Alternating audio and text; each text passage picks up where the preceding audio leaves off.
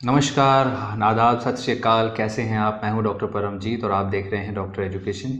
जो लोग मुझे नहीं जानते हैं, मैं consultant physician cardiologist in Yashoda super speciality hospital, Nehru Nagar, Ghaziabad, Delhi NCR. और ये मेरा चैनल है। इस चैनल पे मैं हेल्थ और हेल्थ केयर के बारे में वीडियोज़ बनाता हूँ और बहुत सारे वीडियोज़ ऑलरेडी प्रेजेंट है। आप चैनल में जाके ब्राउज़ करके देख सकते हैं। कई वीडियोज़ आपको आपके पसंदीदा, आपके कंसर्न हेल्थ टॉपिक्स पे मिल जाएंगे। और आपको वीडियो पसंद आए तो आप हमारे चैनल को सब्सक्राइब करके बेल का आइकन ज़रूर दबाइए। दोस्तों, आज हम बात करेंगे निपा वायरस के बारे में। निपा वायरस इंडिया में अब पाया जा रहा है। निपा वायरस के बारे में आप न्यूज़ में, व्हाट्सएप पे, मीडिया पे बहुत सुन रहे होंगे, पढ़ रहे होंगे। अनफॉर्चुनेटली कई सारी डरावनी बातें भी बताई जा रही हैं, कई सारी डरने वाली बातें भी बताई जा रही हैं और कई सारी एक्चुअली अननेसेसरी बातें भी बताई जा रही हैं। उसी के बारे में क्लियर करने के लिए ये वीडियो हमने बनाया है। अगर आप इंडिया में रहते हैं, इसका मतलब ये नहीं है कि आप निपा वायरस से बहुत ज़्यादा डरें। दोस्तों, आपको निपा वायरस से सावधान ज़रूर रहना है, सचेत ज़रूर रहना है। लेकिन ये चीज़ एक खतरनाक बीमारी ज़रूर है। लेकिन दोस्तों, इसके बारे में सही जानकारी पा लेने से ही आपको सही गाइडेंस मिल पाएगा। तो इसीलिए ये वीडियो हमने बनाया है। निपा वायरस के बारे में आज कुछ बातों में हम बात करेंगे कि वो वायरस कहाँ से आया, क्यों होता है, उससे क्या होता है, उसको कैसे ट्रीट करते हैं, उससे क्या प्रॉब्लम आ सकता है, एट्सेट्रा एट्सेट्रा। सो आज हम इस निपा वायरस के बारे में बात करेंगे। NIV वायरस भी कहते हैं इसको। तो चलिए शुरू करते हैं।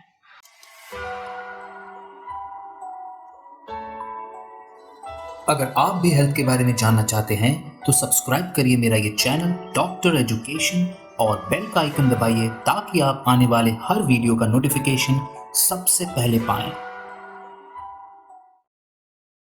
दोस्तों, निपा वायरस, NIV वायरस, ये पहली बार 1940s में पाया गया था मलेशिया में। मलेशिया में दोस्तों, जो बैट्स हैं, चमगादड़ है, जो फल फ्रूट खाने वाले चमगादड़ है, उन चमगादड़ों में ये वायरस ज़्यादातर पाया जाता है। और ये चमगादड़ वायरस के वजह से इन्फेक्ट नहीं होते, बीमार नहीं होते। ये सिर्फ वायरस को अपने शरीर में पालते हैं, पलते हैं उनके शरीर में। उन चमगादड़ों के शरीर के जितने भी बॉडी के फ्लूइड्स हैं, सिक्रीशंस हैं, उनके पेशाब में, यूरिन में, उनके सलाइवा में, थूक में, उनके स्वेट में, सारी सिक्रीशंस में वायरस एक्सक्रीट होता है, वायरस निकलता है। इसीलिए जब ये बैट, ये जो चमगादड़ है, किसी फल फ्रूट को खा लेते हैं, चबा लेते हैं आधा, तो उस फल फ्रूट के ऊपर उस बैट चमगादड़ का थूक, सलाइवा लगा होता है, तो वो वायरस उस सलाइवा में हो सकता है। इसलिए उस आधे खाए हुए फ्रूट को अगर कोई जानवर खा ले, कोई इंसान खा ले, तो उसके अंदर भी ये वायरस आ सकता है। तो कहने का मतलब ये है कि इस तरह से ये वायरस चमगादड़ों से फैलता है।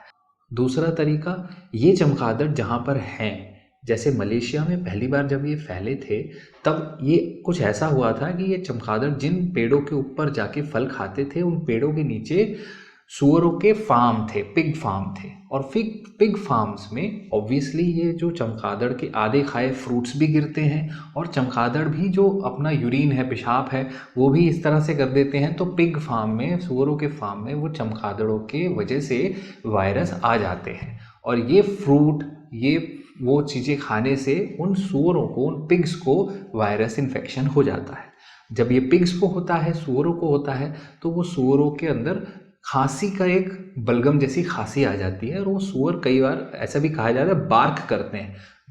सुअर जो है बार्क करते हैं कुत्तों की तरह। और वो बार्क क्यों होती है? क्योंकि वो खांस रहे हैं। और जब ये खांसते हैं तो इनके भी, सुअर के भी सारे सिक्रीशन में, खांसी से निकलने वाले जो ड्रॉपलेट्स हैं उनमें भी, और सुअरों के पेशाब से लेके सुअरों के पसीने तक, सब में, जिस भी जानवर के अंदर ये वायरस आ जाएगा, इंसान के अंदर भी आ जाएगा, उसके सब सिक्रीशंस में ये वायरस आएगा, एक्सक्रीट होगा। तो सुअरों को हैंडल करने वाले जो फार्मर्स थे, जो वहाँ पे सुअरों के फार्म को देखते थे, उनको भी ये वायरस होने के चांसेस बढ़ जाते हैं। जबकि पहली बार ये वायरस जब उसका आउटब्रेक हुआ था, तो 96%, 90 to 96% तक सिर्फ सुअरों के जो फार्मर्स थे वो बीमार हुए थे। और अब उन फार्मर्स के कपड़ों से उन्होंने कहीं हाथ लगा के, इधर हाथ लगा लिया, कोई अनहाइजीनिक कंडीशन से फिर ये वायरस फैलता है। या फिर उन्होंने किसी के ऊपर खांस दिया तो भी ये वायरस फैलता है।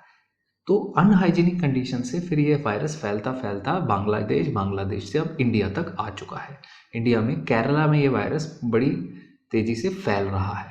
इसलिए केरला में कई लोगों को ऑलरेडी ये बीमारी हो चुकी है, कुछ लोग अपनी जान से भी हाथ धो बैठ चुके हैं। तो दोस्तों वायरस जब ये आपके शरीर में जाएगा तो ये कई तरीके से फैल सकता है। अगर आपने किसी इन्फेक्टेड पर्सन के आसपास जाके उसे छू लिया, उसे टच किया, तो हो सकता है ये फैले, हो सकता है ना भी फैले, लेकिन आपको अपनी सावधानी बरतनी होगी। ये वायरस कोई भी फल खाने से नहीं फैलता। अगर वो फल आधा खाया हुआ है तो उसे ना खाएं। कोई भी फल साफ करके या छील के खाएं तो ये वायरस आपको नहीं होगा। फल कोई भी हो, आधा खाया हुआ हो तो वो दिक्कत आ सकती है। ज़्यादातर वहाँ पे मैंगोज़ और आम के जो पेड़ हैं उनमें से ये वायरस ज़्यादा फैला हुआ देखा गया था। इसका मतलब ये नहीं कि यहाँ भी वही होगा। यहाँ पॉसिबल है कि वायरस किसी इंसान के थ्रू आया है, क्योंकि जब भी ये वायरस आपके शरीर में जाता है तो ये तुरंत के तुरंत बीमारी नहीं प्रोड्यूस करता। इसको 4-5 दिन, कभी कभी 8 दिन, कभी कभी 2 हफ्ते लग जाते हैं। ये इंक्यूबेशन पीरियड है। ये अंदर ही अंदर मल्टीप्लाई होता है। आपके मल्टीप्लाई होने के बाद जैसे जैसे जहाँ जहाँ ये फैलेगा वहाँ वहाँ ये सिम्टम प्रोड्यूस करेगा। सबसे कॉमनली इस वायरल ने दिमाग को असर किया है, दिमाग के अंदर, और अब ये सांसों को भी असर करने लगा है। दिमाग के अंदर और सांसों के अंदर जब असर शुरू हो जाता है तो आपको सिम्टम हो सकते हैं। अब ऐसा नहीं है कि वायरस शरीर में गया तो सिम्टम होंगे ही। कईयों को कोई सिम्टम नहीं होता और कई लोगों को बहुत जानलेवा सिम्टम भी हो सकते हैं। तो कोई सिम्टम नहीं से लेके जानलेवा सिम्टम तक, सिम्टम कहाँ कहाँ से क्या क्या हो सकते हैं। आपको सांस में दिक्कत हो सकती है, आपको खांसी आ सकती है, आपको उल्टी आ सकती है, उल्टी उबकाई आ सकती है। ये हो गए सारे पेट के और सांस के सिम्टम्स।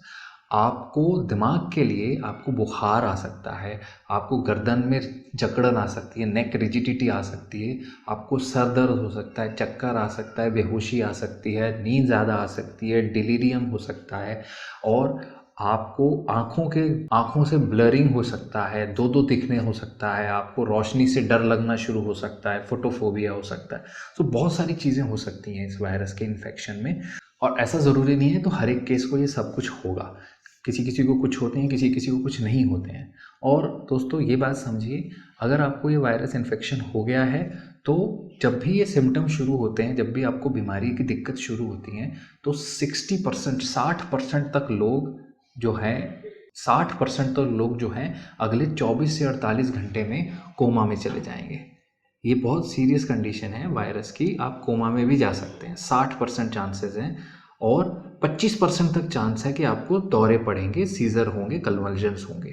तो इसलिए इस वायरस का सीरियस होना जाहिर है, और लोगों का इससे डरना भी जाहिर है।